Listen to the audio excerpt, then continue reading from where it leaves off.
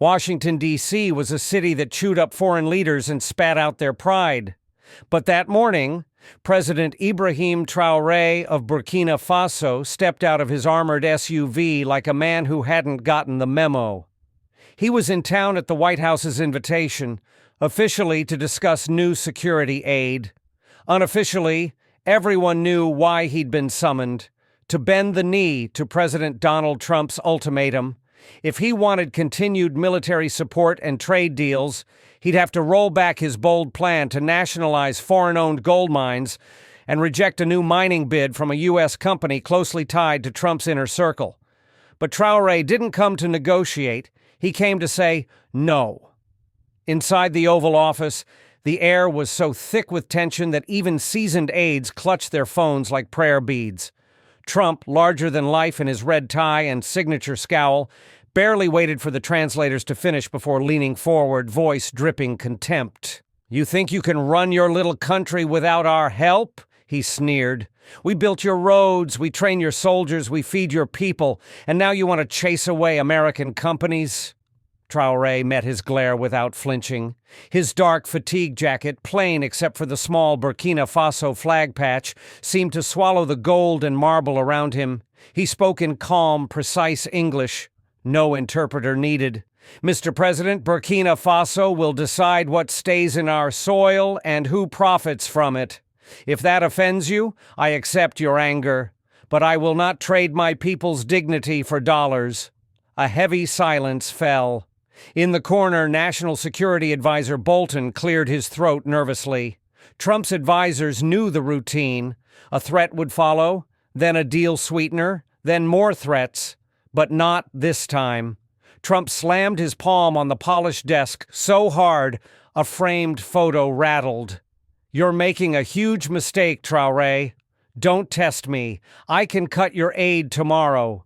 Your army won't last a month without our support. Think about that before you fly back to your mud huts." A flicker of disdain passed over Traoré's eyes, but he didn't raise his voice. He only leaned closer, so only Trump could truly feel the steel in his words. "Cut it all if you must. I'd rather my people sleep hungry than kneel fed." He stood. Secret Service agents stiffened, unsure if they should block him. But Traoré only adjusted the flag pin on his chest and gave Trump a small, cold smile. "Thank you for your hospitality, Mr. President." Outside, a soft D.C. drizzle kissed his face as he descended the White House steps. Somewhere in the distance, a camera shutter snapped, capturing the image of a lone African leader who had just told the most powerful man in the world to his face, no. And far from Washington's marble halls back in Ouagadougou, wheels of vengeance were already beginning to turn. The official motorcade rolled away from the White House gates, but Ibrahim Traoré's mind was already thousands of miles back home. In the armored back seat, he replayed Trump's threats in his head, every word a fuse waiting to burn down what he'd built. Beside him sat Colonel Diallo, his quiet shadow and oldest confidant. Diallo had watched Traoré survive ambushes, mutinies, even a bullet that left a scar just above his left rib. But this, picking a fight with the American empire, might be the wildest gamble yet. "Mr. President," Diallo said in a voice low enough to drown under the wail of sirens, "you knew he wouldn't accept your answer." Traoré didn't take his eyes off the rain-drenched windows. Washington's monuments blurred into gray streaks. "I didn't come for his acceptance. I came so our people would never doubt who owns their land." Diallo risked a half smile. "And what happens when his words turn to action? He won't just pull aid. He'll squeeze the banks, the mining firms, the contractors. He'll make sure your people blame you for empty shelves and unpaid soldiers." Traoré finally looked at him. Rain dripped from his short hair where it had seeped in at the curb. "If we bow today, we kneel forever. I would rather teach my people hunger with dignity than fill their bellies with chains." Diallo fell silent. He'd heard this vow before, whispered over campfires when Traoré was still just a captain with too much conviction and too little power. Back then, his words inspired a coup that toppled a corrupt regime. Now they could topple his own. Behind them, an American news crew was already filming a special report. African strongman humiliates Trump. What this means for aid and security. Every minute, that clip was spreading across social media. In Ouagadougou, farmers watched on battered phones under mango trees. University students cheered in campus cafes.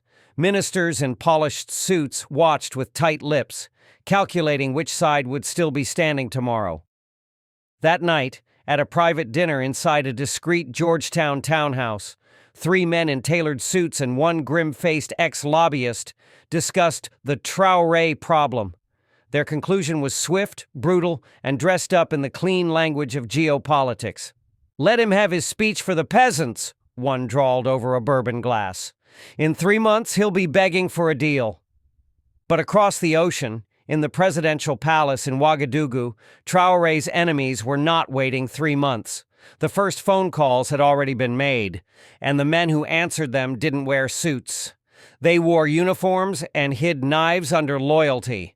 Back in Ouagadougou, the dry season heat pressed down like a smothering blanket over the presidential barracks. Soldiers in faded fatigues lounged under neem trees, sweating through card games and half-told jokes. But behind their lazy laughter, rumors spread faster than bushfires. Captain Umar Sori, commander of the elite Red Guard, leaned against an armored personnel carrier, ignoring the sweat trickling down his neck. He'd just finished a discreet phone call, and the words still tasted sour on his tongue. "He humiliated the Americans. They will punish us all. You want salaries paid, fuel for trucks, ammunition? Then you know what must be done." He hadn't wanted to listen, but the voices on the other end didn't care about loyalty or pride. They spoke in dollars and favors, and they spoke with Trump's money behind them. A few meters away, Lieutenant Suleiman peered at him, eyes sharp. "Captain, what did they say? Is the rumor true? The Americans will cut the aid?" Sori didn't answer immediately. He looked around. A pair of young privates were eavesdropping. He waved them off.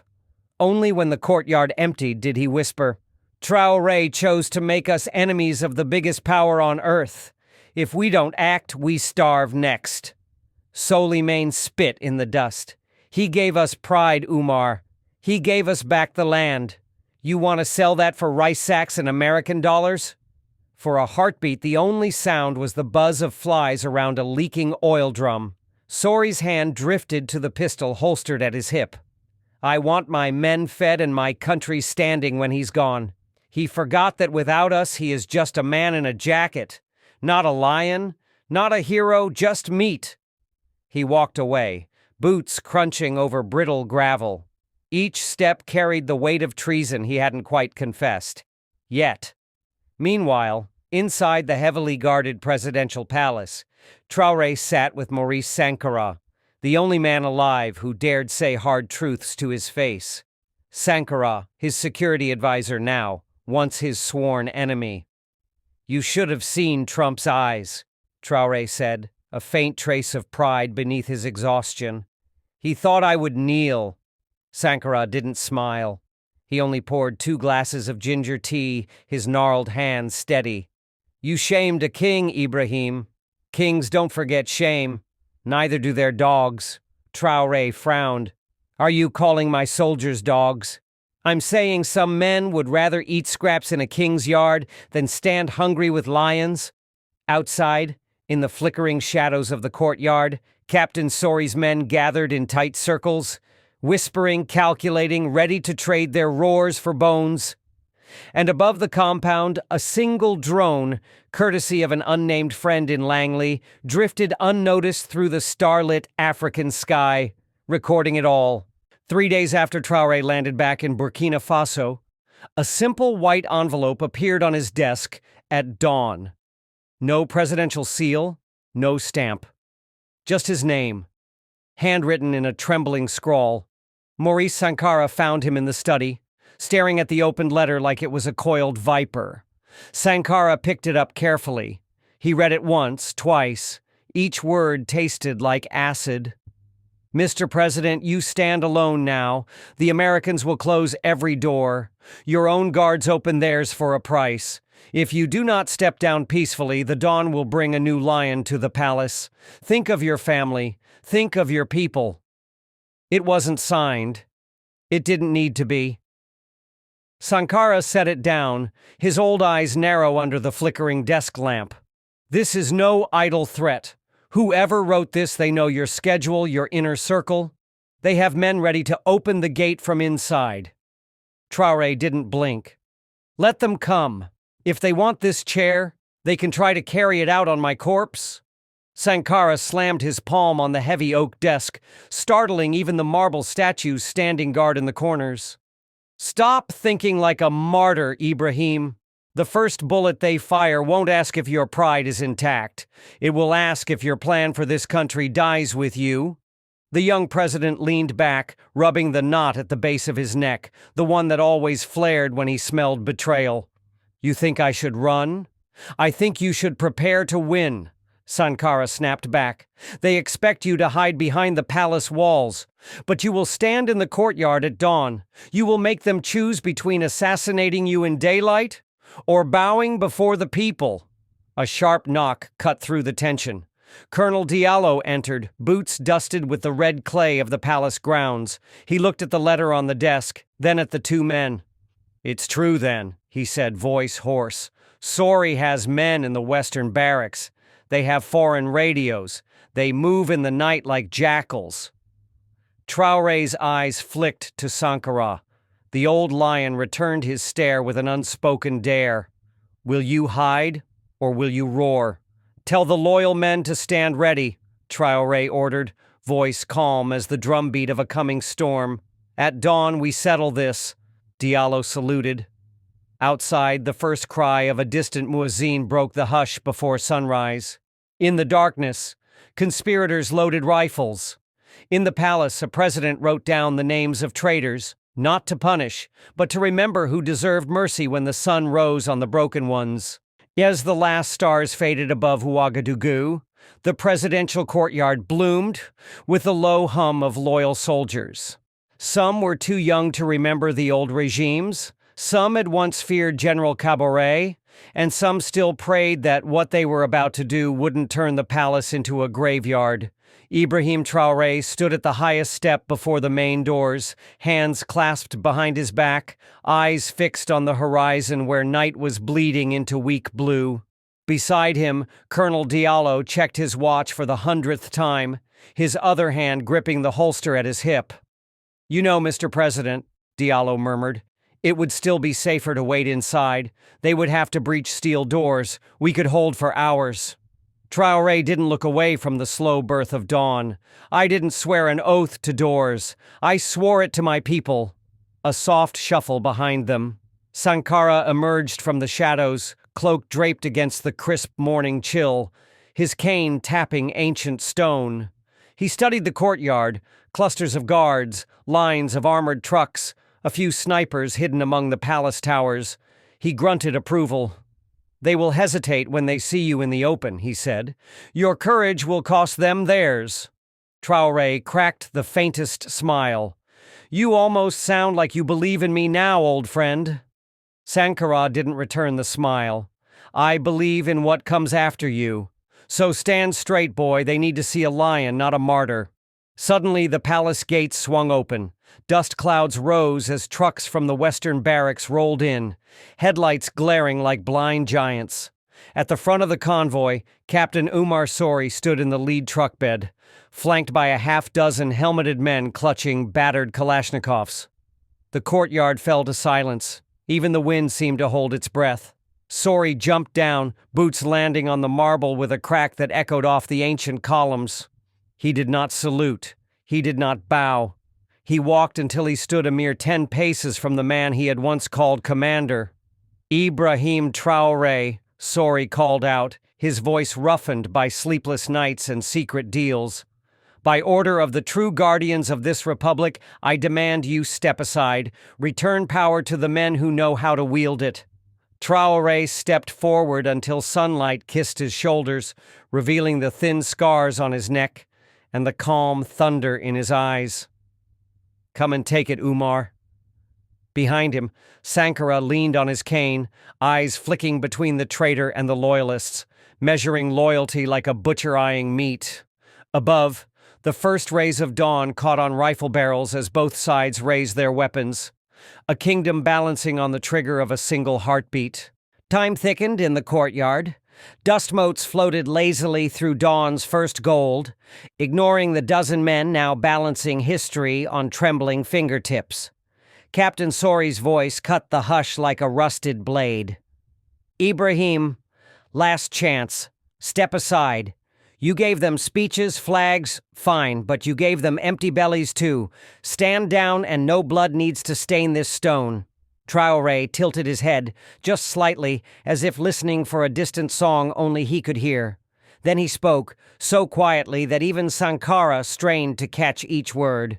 "I would rather they bury me under this courtyard than bury their children in hunger so you can eat fat." A flicker of pity, or perhaps rage, twisted Sori's lips. He nodded once to the man at his left. The traitor lifted his rifle. For one frozen breath, the entire courtyard existed in the small space between the trigger and the shot. Then, crack. The bullet hissed past Traoré's shoulder, chipping a piece from the marble column behind him. A gasp rippled through the loyal guards, but Traoré did not flinch. Instead, he raised one hand, palm open, and pointed not at Sori, but at the men behind him. "You there, Diarra, Bako. Your fathers farmed beside mine, your mothers wept beside mine. Look at me. If you kill me today, you kill the only man who would have died for your children's tomorrow." The two men wavered, knuckles whitening on their rifles. Sori barked, "Stand firm. He's a traitor to the Republic. He bows to Moscow and Beijing now. Tomorrow he'll sell us to the highest bidder." But the seed of doubt bloomed too quickly. A young conscript near the back lowered his gun first. Then another, the line of rebels began to buckle under the weight of conscience, and the sight of their unarmed president still standing on stone he'd sworn to defend with his life. Sankara watched this small miracle unfold with a soldier's wary hope. Under his breath to Diallo, he muttered, "Now or never, Colonel." Diallo slipped a signal to the palace's hidden snipers. A single high-pitched click confirmed. Eyes on target, fingers poised. Sori sensed the shift too late. He turned back to Traoré, eyes burning with the betrayal he himself had kindled. "You think you've won? You think the Americans will stop with me?" Traoré's voice cut like a whip. "Today is not about America, or Russia, or gold. It is about whose blood owns this courtyard." Above, a sniper exhaled once, slow and steady. The crosshairs danced on Sori's temple, then settled. And in that heartbeat, Burkina Faso balanced again, life or death, dawn or dusk. A single breath held an entire nation between chaos and salvation. Sori's eyes darted left. He sensed the snipers, the trembling guns behind him, the wavering loyalty he thought he owned with bribes and whispered threats. His fingers twitched for his sidearm, mind clawing for a plan that had already died in the dust. Then the shot came, not from him. A sniper's rifle barked from the palace tower. The bullet caught the rebel standing nearest Sori square in the chest. He folded like a broken flag, his rifle clattering uselessly on the marble. That sound, metal on stone, broke the last thread holding the courtyard's silence. Chaos roared alive. Traoré's loyalists surged forward, shields raised, rifles barking short, controlled bursts. Some of Sori's men fired back, some dropped their guns entirely and threw up shaking hands. A few turned their barrels toward Sori himself. Betrayal inside betrayal. Colonel Diallo bellowed orders above the gunfire, moving like a wolf among hounds, pulling men behind cover, kicking rifles into loyal hands. He caught a traitor by the collar, slammed him against the palace wall, and spat in his face before dragging him off for questioning. Through it all, Traoré never moved from the stone steps. Bullets cracked overhead, ricocheted off the columns, bit into the courtyard tiles like angry wasps. Yet he stood, back straight, eyes locked on Sori, who now scrambled behind an armored truck, screaming orders that no one obeyed. Sankara limped closer, one hand pressing a small pistol to his chest like a final prayer. "You stubborn goat," he hissed at Traoré. "Take cover, damn you! You've proven your point!" Traoré only shook his head, voice calm amid the thunder of betrayal. "I am the shield they cannot buy, Maurice. If they see me hide now, they will always fear that freedom hides too." A rebel lunged from the dust, rifle raised to finish what the bullet had failed to do. Sankara snarled and fired twice. The traitor crumpled at the foot of the marble stairs, his blood-soaking stone older than any president. Minutes dragged like years. The courtyard smelled of cordite, sweat, and the hot iron tang of spilled loyalty. But slowly, the gunfire thinned, pockets of resistance surrendering or fleeing into the dawn that would now remember their names with shame. At the base of the steps, Colonel Diallo pinned Captain Sori to the marble, one knee grinding into his spine, his face mashed to the cold stone he'd tried to steal with bullets. Sori's voice broke against the echoing courtyard. "You think you've won, Ibrahim? They'll send more. More money, more dogs. You can't stand alone forever." Traoré descended the last step, his boots tracing lines of rebel blood. "I don't stand alone," he said, looking past Sori to the rows of battered but loyal soldiers who had bled to keep him king. "I stand where they stand, and you crawl where the dollar tells you to." He turned to Diallo, one sharp nod. "Take him to the cells. Feed him. Let him wait for the people's judgment." Above the palace, the sun cleared the courtyard walls at last, washing the marble red, gold, and clean. By mid-morning, the palace courtyard looked less like a battlefield and more like a surgeon's table. Every stone scrubbed clean, every rifle accounted for, every whisper of treason hunted down with Diallo's quiet efficiency. The surviving rebels were dragged one by one into the old colonial cells beneath the western wall, a dark maze built by men who once ruled Burkina Faso with chains instead of bribes. Now those same walls held new traitors, men who'd traded pride for foreign gold. On the highest balcony overlooking it all, Ibrahim Traoré stood with Maurice Sankara. The president's fatigue jacket was flecked with dust and dried blood not his own. The old lion beside him nursed a fresh bruise on his forearm from the scuffle by the marble steps. Below them, loyal soldiers hoisted the national flag back to full mast, slow, ceremonial, defiant against the ghosts who'd tried to sell it at dawn. Sankara broke the hush first, voice like gravel ground by regret. "You won this fight, Ibrahim, but victory's a debt. America will not forgive this. Trump will not forgive you, showing the world that a small African republic can spit in his eye and not vanish overnight." Traoré didn't answer immediately. His eyes traced the thin column of black smoke still curling from the wreckage of Sori's lead truck. Somewhere beyond that haze, Washington's cold offices buzzed with the next plan. "I don't fear Trump," he said at last, tone iron flat. "I fear forgetting why we bled today. That is how men like Sori are born, not from enemies far away, but from rot that grows when our own backs turn to comfort." Sankara grunted. "And if they send another Sori?" Traoré looked down at the courtyard where new recruits were scrubbing blood from the marble steps he'd refused to abandon. "Then we teach our children to stand here tomorrow as I stood today." A distant hum broke the fragile calm. An old radio operator emerged from the balcony doors, sweat shining at his temples. "Mr. President," a secure line from Paris, and another from Moscow. "Both want statements. Both want to support your stability." Sankara barked a laugh that scraped his throat raw. "Kings and wolves alike send gifts when the cub proves it has teeth." Traoré's eyes narrowed at the horizon, where the red sun was now fully awake over a city that would gossip about gunfire and loyalty for a generation. "Let them wait," he murmured. "We have traitors to try and graves to dig before we beg for friends." And far beyond Burkina Faso's baked roads and crumbling colonial walls, the world's watching eyes blinked in surprise.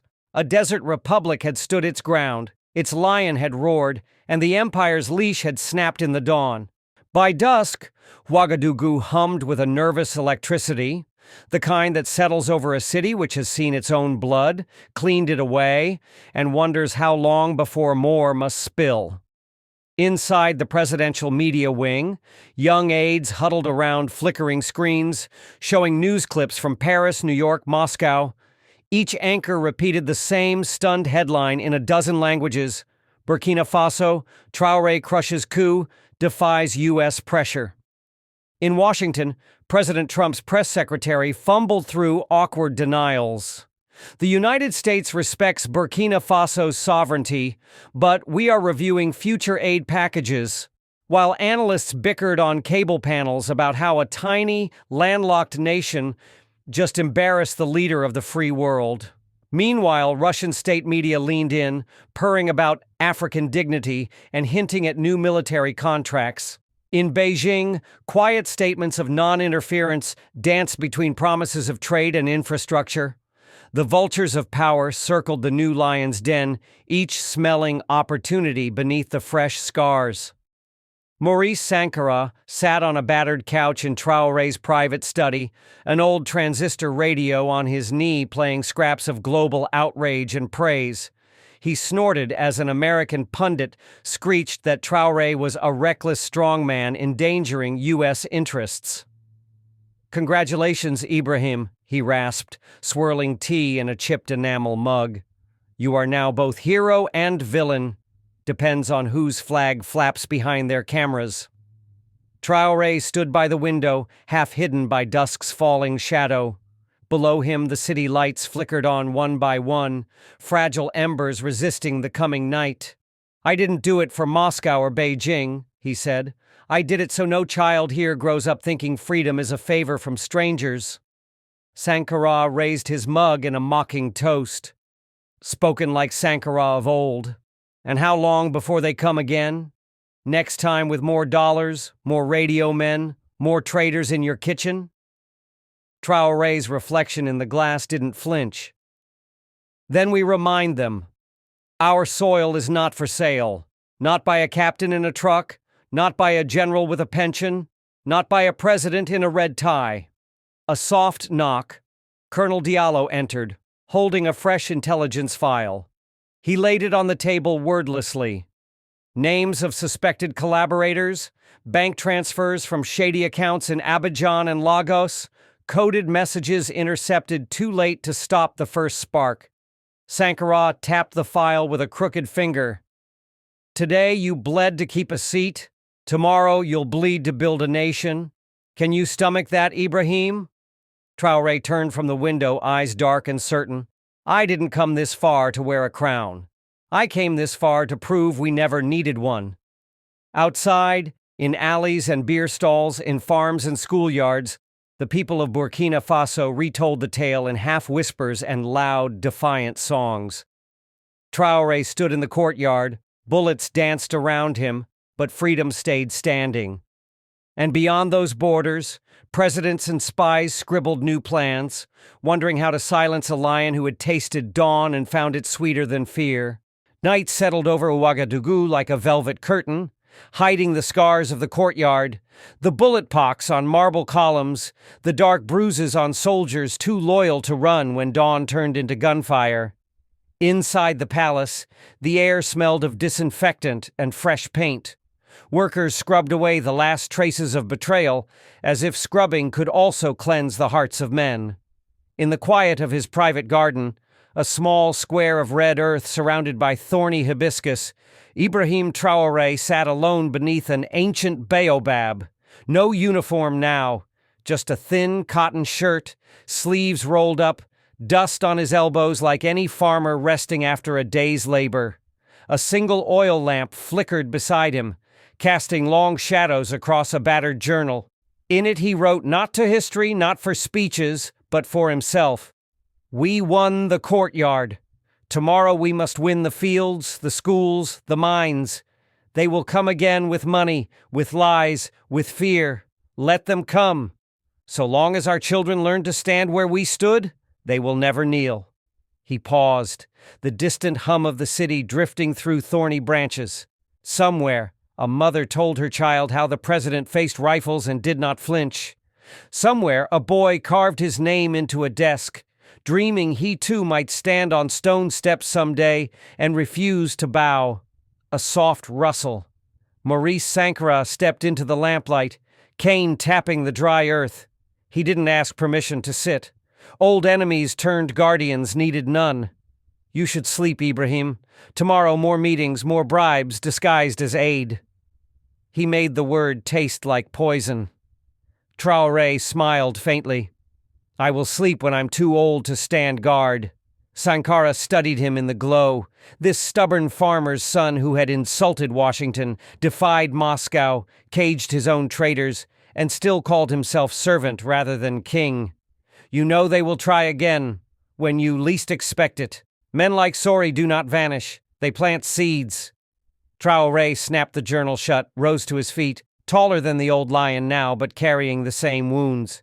Then we plant more seeds than they ever could, Maurice. Seeds of men, seeds of courage, seeds of truth. He looked past the garden walls toward the sleeping city where tomorrow's troubles waited. And if I fall, another will stand, and another, until no foreign hand can buy what our fathers bled to own. Sankara barked a dry laugh, pride hidden beneath the scold. Then get some sleep, cub. Even lions dream. Traoré turned down the lantern, shadows claiming the garden. His final words drifted into the night, a promise older than crowns, sharper than bullets. Let them come. In the House of Lions, dawn fears no king. Brothers, sisters, and all who dare to dream of a free Africa. Tonight, you witness not just a story of betrayal and power, but a lesson carved in the marble of a palace courtyard and the hearts of people who refuse to kneel. Ibrahim Traoré showed the world that even the loudest threats and the fattest foreign checks can crumble before a man who stands for truth and a people who stand beside him. But remember this, freedom is never a gift. It is planted like a stubborn seed, watered with sacrifice, guarded by courage, and reborn each time traitors think they can buy our silence. So ask yourself, in your street, your village, your family, will you stand like Traoré did when your dawn comes? Or will you sell your lion's roar for a handful of coins? Until the next untold truth, stay awake, stay bold, and never fear the dawn. I am your channel name, and this is the Untold State. See you in the next chapter.